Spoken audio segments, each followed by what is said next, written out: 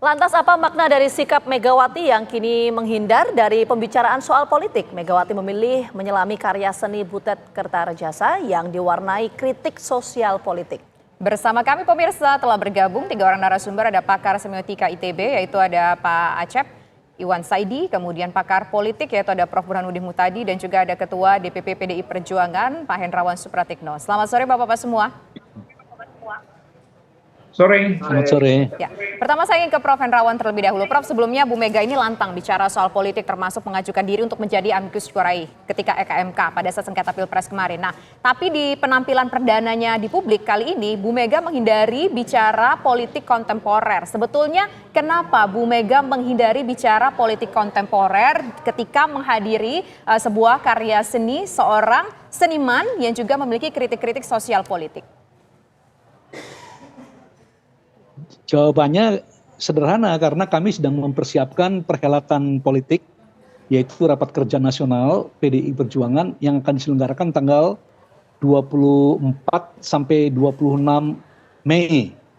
Jadi sudah dibentuk komite, sudah dibentuk tim panitia yang sedang mempersiapkan atau menggodok bidang-bidang atau topik-topik yang menjadi pokok bahasan dalam Rapat Kerja Nasional ini.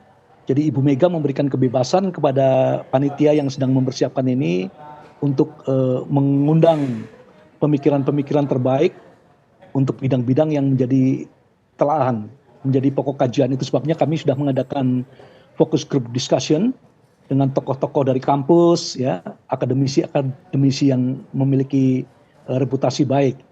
Itu sebabnya untuk sementara ini, ya, kami fokus dulu untuk persiapan pekerjaan rumah kami, evaluasi, refleksi, kontemplasi yang semuanya akan disampaikan di dalam perhelatan Rapat Kerja Nasional tersebut.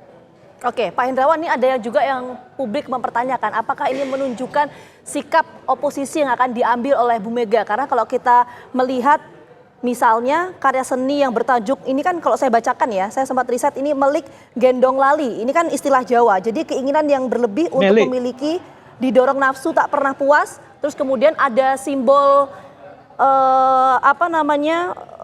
Petruk di sana. Nah, variabel ini apakah kemudian mengafirmasi bahwa ini menunjukkan sikap politik dari Bu Mega yang akan oposisi atau seperti apa? Pak Hendrawan, banyak yang mempertanyakan. Iya, penegas. Sebenarnya misi tersebut penegasan terhadap apa yang sudah disampaikan oleh Ibu Megawati. Misalnya pada bulan September 2022, Ibu Megawati menyampaikan atau meminta kader-kader PDI Perjuangan jangan melakukan dansa-dansa politik yang menimbulkan multitafsir. Kemudian pada tanggal 26 April yang lalu dalam kaderisasi di sekolah partai, Ibu Mega juga mengatakan sebaiknya kader-kader yang suka berbohong, ya, secara organisatoris dipersilahkan tidak bergabung dengan PDI Perjuangan.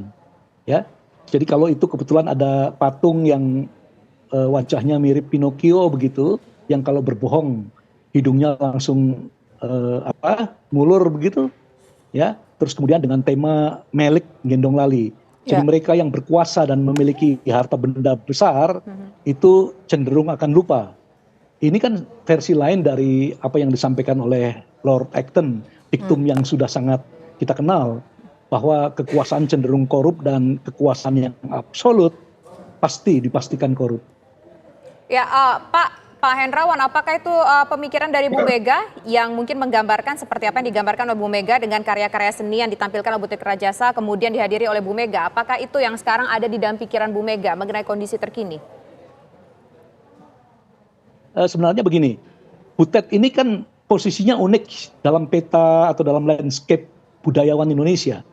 Sebelum menghasilkan karya-karya seperti karya Pahat dan seterusnya, Butet pernah menjadi host, ya, dari sebuah acara politik di Metro TV kalau tidak salah. Kemudian yang bersangkutan multitalenta ini, menulis essays di harian-harian terkemuka, kemudian pemain teater, ya, seni panggung yang luar biasa, pemain monolog yang luar biasa. Jadi Butet ini posisinya unik dan karya-karyanya selalu menginspirasi. Coba kalau kita datang ke pameran tersebut, pasti kita akan melewati patung yang kurus dan itu hidungnya panjang itu kita dibuat tegang. Ini apa ini, ya? Apa yang ingin disampaikan, ekspresi apa yang ingin disampaikan kepada para pemirsa, ya, orang-orang yang mengunjungi pameran tersebut. Oke. Menarik ini. Dan dunia kebohongan ini kan sudah berkali-kali disampaikan. Sastrawan besar Taufik Ismail mengatakan dari Sabang sampai Merauke berjajar dusta-dusta, ya kan? Oke. Jadi artinya memang kita akan mengapresiasi karya Butet itu, dan Ibu Mega yang memiliki darah seni mengapresiasi itu lebih awal. Oke, tadi belum dijawab secara jelas oleh Pak Indrawan apakah ini membuktikan bahwa sikap Bu Mega ini akan oposisi di pemerintahan Prabowo Gibran, tapi kita menuju ke Kang Acep dulu deh. Kang Acep, ini kan kalau kita Terlalu lihat, dini ya. iya, nanti saya akan tanyakan lagi. Kita berganti ke narasumber yang lain dulu, Pak Indrawan, kita ke Kang Acep. Kang Acep, kalau kita melihat ini kan PDI Perjuangan belum menentukan sikap, dan ini pertama kali Bu Mega tampil ke publik dan menghadiri karya seni. Tajuknya saya bacakan, ini ada Melik Gendong Lali dan juga ada simbol Petruk di sana. Apa yang bisa dibaca dari sini? Ya, saya kira pesannya jelas ya. Ibu Mega memang tidak berkata apa-apa pada pameran itu, Ya. tapi kedatangannya ke sana itu menunjukkan dukungannya pada sebuah perhelatan karya seni yang mengkritik Pak Jokowi. Dan bukan hanya karya seninya kita lihat, tetapi kita tahu bahwa Butet Kertarajasa belakangan memang pengkritik tajam terhadap Pak Jokowi. Juga kita tahu juga bahwa beliau adalah pendukung pasangan Ganjar Mahfud. Jadi dari situ jelas ya sikapnya bahwa ini adalah kritik terhadap pemerintahan Pak Jokowi terutama menurut saya ya. Jadi bukan ke arah bagaimana ke Pak Prabowo atau tidak, tetapi bahwa ini mengindikasikan sikapnya ke depan, saya kira bisa dibaca seperti itu ya. Jadi ini sangat jelas ya. Jadi menurut saya pesan politik dari ekspresi simbolik semiotik ini sangat jelas dari sikap Ibu Mega ya. Tetapi sebetulnya kalau kita perhatikan ke belakang, ini kan bukan yang pertama kali dilakukan Ibu Mega ya. Tadi disebut bahwa Ibu Mega juga memposisikan dirinya sebagai sahabat pengadilan itu. Dan sebelumnya Ibu Mega itu juga menulis di Kompas ya, yang di situ sebetulnya itu ada yang mengatakan ultimatum untuk MK, tapi sebetulnya kontennya adalah juga kritik terhadap Pak Jokowi ya. Jadi ini menurut saya pertama-tama adalah relasi politik antara Ibu Mega dan Pak Jokowi. Saya melihatnya seperti itu ya. Jadi meskipun Ibu Mega tidak mengatakan apapun, tapi dia mengatakan satu kata politik seni, di situ pesannya sudah sangat jelas ya. Saya kira begitu, Mbak. Oke, baik. Politik itu adalah seni secara verbal, tidak mengatakan apapun, tapi ada makna secara simbolik yang bisa kita tangkap menurut Pak Aceh tadi. Nah, saya ingin ke Prof. Burhan. Prof. Burhan, kalau menurut Prof. Burhan, dengan yang mengatakan bahwa ini adalah secara simbolik menyindir ataupun mengkritisi Presiden Republik Indonesia Joko Widodo, yang kita ketahui Joko Widodo mendukung Prabowo Gibran. Apakah ini artinya sudah menunjukkan bahwa ujung-ujungnya sudah dipastikan akan oposisi jalan yang dipilih oleh PDIP? Tapi nanti dijawab ya Prof ya, usai jeda berikut. Kami kembali sesaat lagi. Langsung saja saya menuju ke Prof. Burhan. Menjawab pertanyaan menggantung tadi, apakah ini ujung-ujungnya menandakan sudah pasti Ibu Megawati dan PDIP tentunya akan menjadi oposisi? Tisa, saya sebenarnya tidak setuju ya dengan judul dialog hari ini. Megawati tak ingin bicara politik. Justru kalau kita melihat kedatangan Ibu Mega di acara Butet yang bertajuk Melik Gendong Lali, itu adalah sebuah statement politik. Jadi meskipun Ibu Mega tidak bicara secara verbal tentang politik, tapi kehadiran di acara Butet itu adalah pernyataan politik yang paling keras. Mengapa? Karena dalam tradisi politik Jawa itu dikenal dengan istilah pasemon. Pasemon itu semacam perlambang, satu pernyataan alegoris, ya simbolik untuk menyatakan kehendak atau kritik secara halus. Dan dalam politik sesuatu itu tak harus diartikan secara verbal. Kedatangan Ibu Mega ke sebuah acara seni oleh Butet yang dulu dekat sama Pak Jokowi, kemudian menjaga jarak karena Pak Jokowi merestui pencalonan putranya yaitu Gibran, itu adalah sebuah kritik keras dari Ibu Mega tanpa harus Ibu Mega mengatakan secara verbal. Karena melik gendong lali, kebetulan saya orang Jawa jadi agak paham dikit begini ya. Melik itu artinya pamrih atau keinginan untuk mencapai sesuatu. Gendong lali yang punya implikasi lupa terhadap aturan main.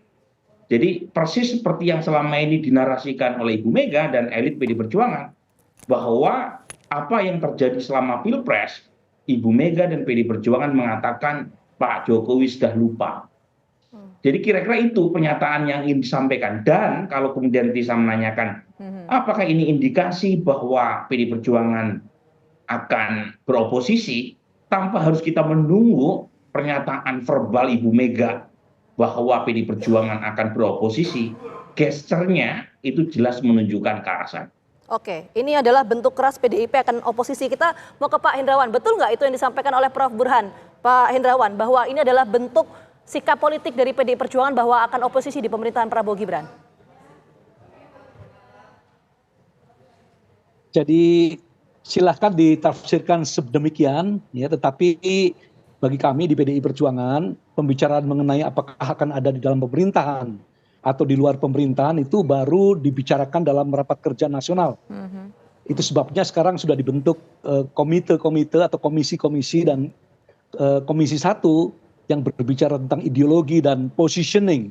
PDI Perjuangan itu sudah mengadakan focus group discussion dengan sejumlah pakar, dan kami sudah menerima masukan-masukan dari para pakar tersebut, ya, tokoh-tokoh masyarakat, budayawan, akademisi, dan itu sedang digarap oleh satu tim yang nanti akan dirumuskan dalam pertemuan minggu depan ini atau minggu ini saya kira, ya, untuk membuat draft rekomendasi untuk rapat kerja nasional nanti.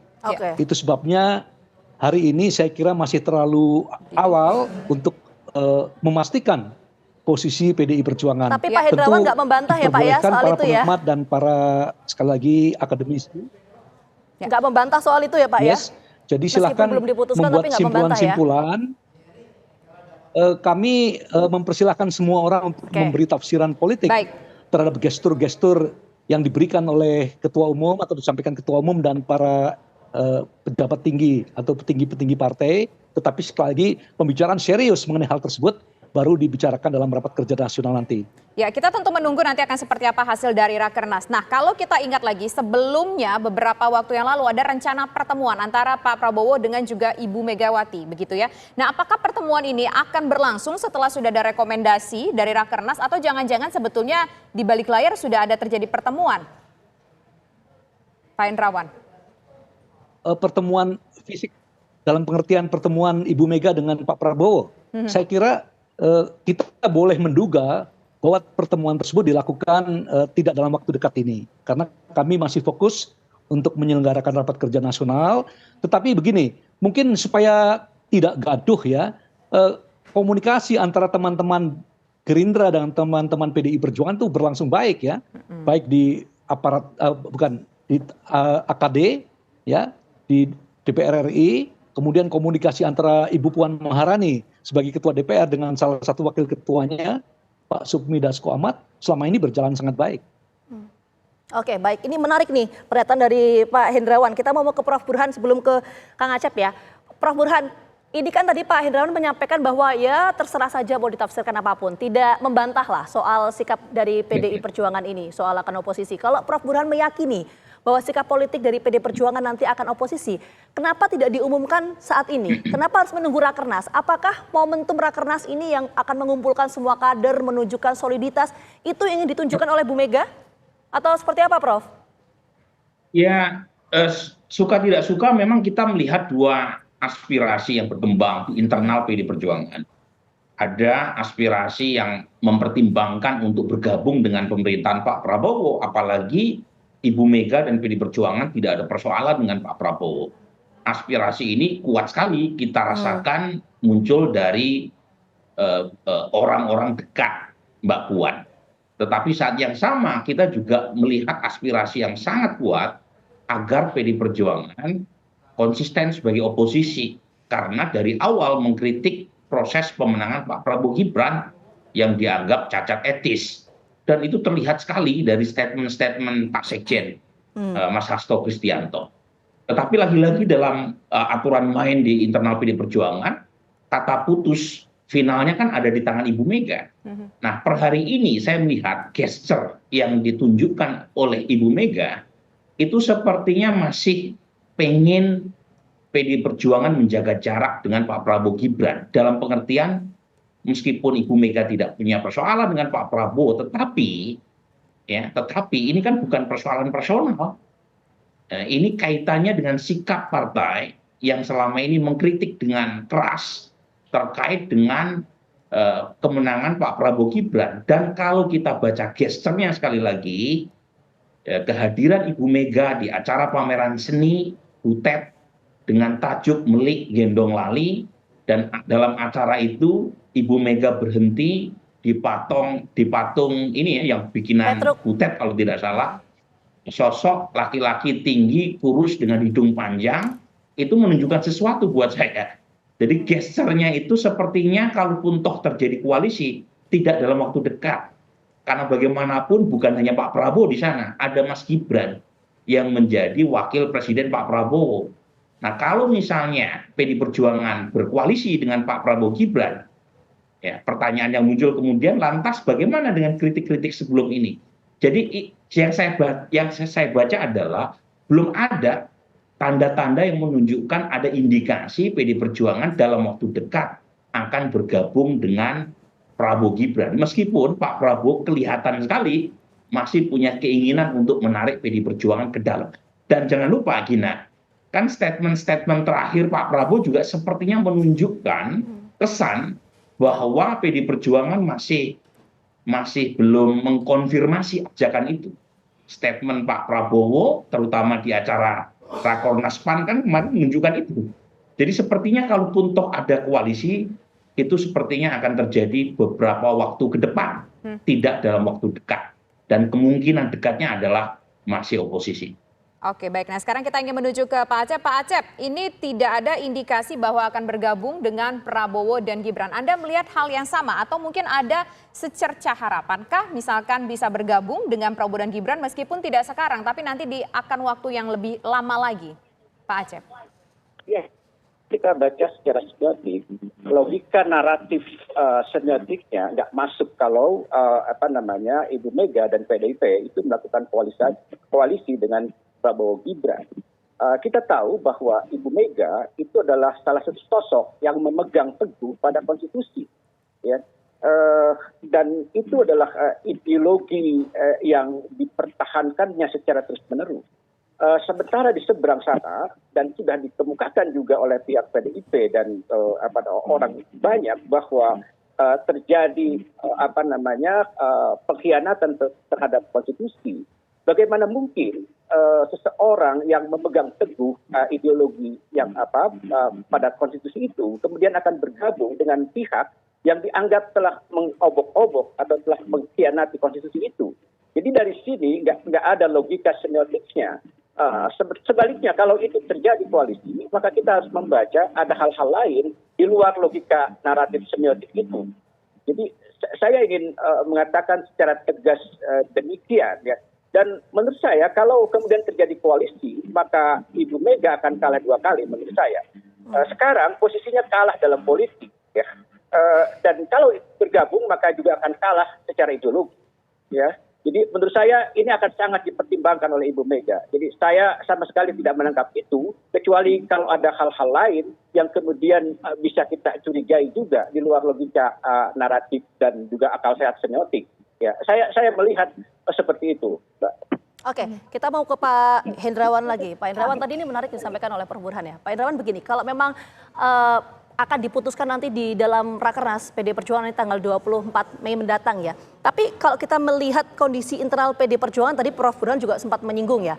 Apakah betul ada friksi di internal PD Perjuangan, Pak Hendrawan? Karena Bambang Wuryanto atau Bambang Pacul yang biasa disebut Bambang Pacul ya, di salah satu media menyebutkan bahwa ya untuk keputusan oposisi atau enggak nantilah sabar dulu. Tapi Mas Ganjar dengan tegas menyampaikan akan oposisi. Betul nggak itu ada friksi itu di internal PD Perjuangan?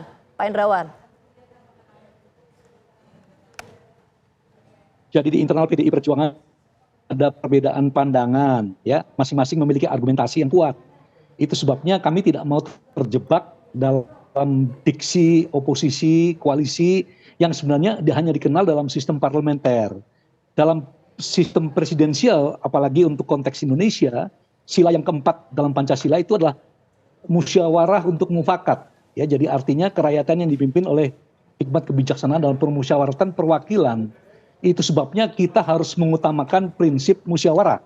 Nah, itu sebabnya kalau dikotomi koalisi oposisi ini hitam putih, ya kita harus mencari diksi yang sifatnya lebih rekonsiliatif, lebih bernuansa musyawarah.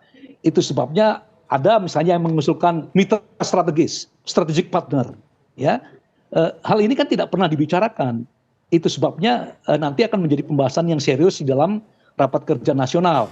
Nah, mengapa kami harus menunggu rapat kerja nasional? Karena dalam rekomendasi rapat kerja nasional sebelumnya, PDI Perjuangan dalam rekomendasi butir ke-9 itu menyatakan dengan tegas melanjutkan ya kepemimpinan Pak Jokowi dengan Kiai Haji Ma'ruf Amin. Kita tidak boleh menganulir apa yang sudah dinyatakan dalam rakornas sebelumnya dengan statement-statement yang sifatnya sporadis, spontan, ya.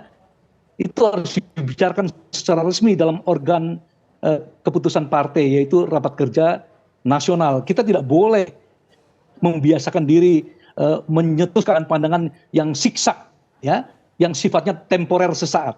Itu sebabnya kami sedang dalam periode untuk merenungkan, sudah dibentuk, ya, persiapan melalui komisi-komisi. DPP terlibat, tokoh-tokoh partai terlibat, ya. Kemudian kami mengundang eminent figures, ya, figur-figur eminent yang berbicara dalam forum-forum yang kami siapkan untuk menyongsong rapat kerja nasional tersebut. Jadi bersabar, kesabaran revolusioner itu penting sekali ya dalam konteks politik yang sering tidak berkarakter seperti sekarang. Ya Pak Hendrawan, tapi kita ingin mencoba konfirmasi sekali lagi. Apakah di dalam tubuh PDIP mungkin ada pihak-pihak juga yang menginginkan supaya pemerintahan mungkin bergabung menjadi koalisi atau mungkin lebih dominannya ingin beroposisi? Pastikan sudah terbaca kondisi psikologis di dalam partai. Ya itu sekali lagi kita dipaksa untuk mereduksi ya dinamika yang terjadi dengan sebuah kalkulasi sederhana. Ya, kami mendengar pandangan, kami mendengar argumentasi dari masing-masing pihak, ya. Bahkan ada yang sudah mempersiapkan senarai, list. Ya, ini keuntungan, kerugian dan seterusnya. Tetapi politik kami yang menjunjung tinggi dari politik yang berkebudayaan dan kami percaya sikap politik harus didasarkan pada dasar moral dan etika yang kuat. Ya, itu harus melalui proses pengendapan dan dengan endapan ya kebijaksanaan nanti pada waktunya akan diputuskan oleh Ibu Ketua Umum. Oke, tapi tadi menarik Pak Hendrawan menyampaikan dan juga membenarkan, meyakini ada perbedaan pandangan itu ya Pak Hendrawan ya. Kita mau menuju ke Prof. Burhan. Prof. Burhan, kalau memang ada perbedaan pandangan di tubuh internal PDI Perjuangan, ini kan artinya ada yang menginginkan ya udahlah oposisi aja atau enggak ya udahlah bergabung aja ke pemerintahan. Nah, seberapa besar suara-suara dari kelompok yang menginginkan untuk bergabung dengan pemerintahan ini bisa mempengaruhi sikap politik dari Bu Mega? Ibu Mega punya keyakinan politik tersendiri dan itu terkonfirmasi dalam rekam jejak panjang beliau. Jadi sebagai vote getter utama di internal partai, betapapun ada aspirasi yang berkembang, saya kira kata putus ada di tangan beliau. Dan itu terkonfirmasi, misalnya pada zaman Pak SBY ada ajakan yang sangat kuat dari Pak SBY untuk PDI Perjuangan agar bergabung, bahkan geser saat itu ditunjukkan di mana Presiden SBY mendukung suami dari Ibu Mega yaitu almarhum Taufik Kemas sebagai Ketua MPR. Tetapi ketika Ibu Mega mengatakan tidak, ya tidak.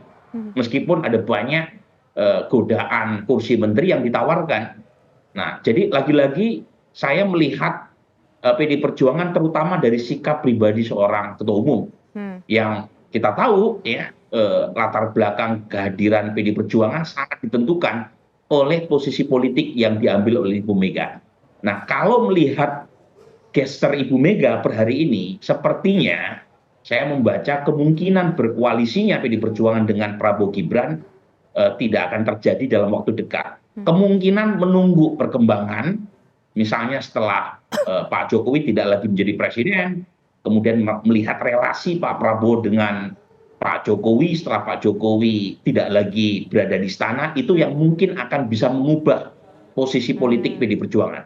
Tetapi saya meyakini posisi PD Perjuangan tidak akan berubah dalam waktu dekat kaitannya dengan kekuasaan. Oke, baik. Apakah Pak Acep juga memiliki pandangan yang serupa bahwa mungkin bisa berkoalisi tapi dalam waktu yang jauh? Tetapi ini tidak dalam waktu dekat. Melihat dulu akan seperti apa jalannya pemerintahan Prabowo dan Gibran. Bagaimana pula hubungan antara nanti ketika pemerintahan sudah berjalan antara Prabowo dengan Joko Widodo? Ya, saya kira kita bersaksi atas karakter ini sejauh ini. Ya. Beliau telah mengakui perjalanan tahu sejak beliau. Jadi saya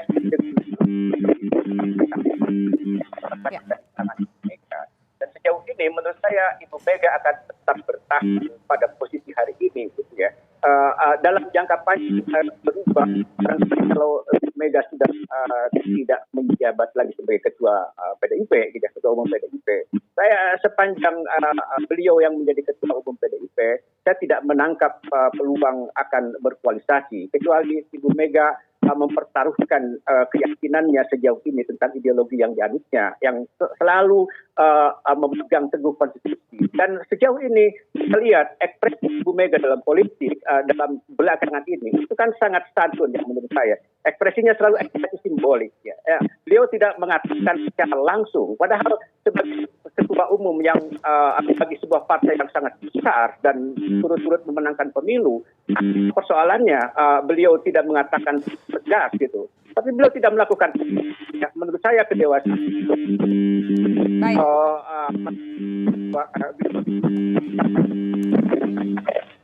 Banyak pertimbangan. Tapi saya yakin bahwa seperti ada Ibu Megawati di PDIP tidak akan terjadi koalisi. Oke, baik.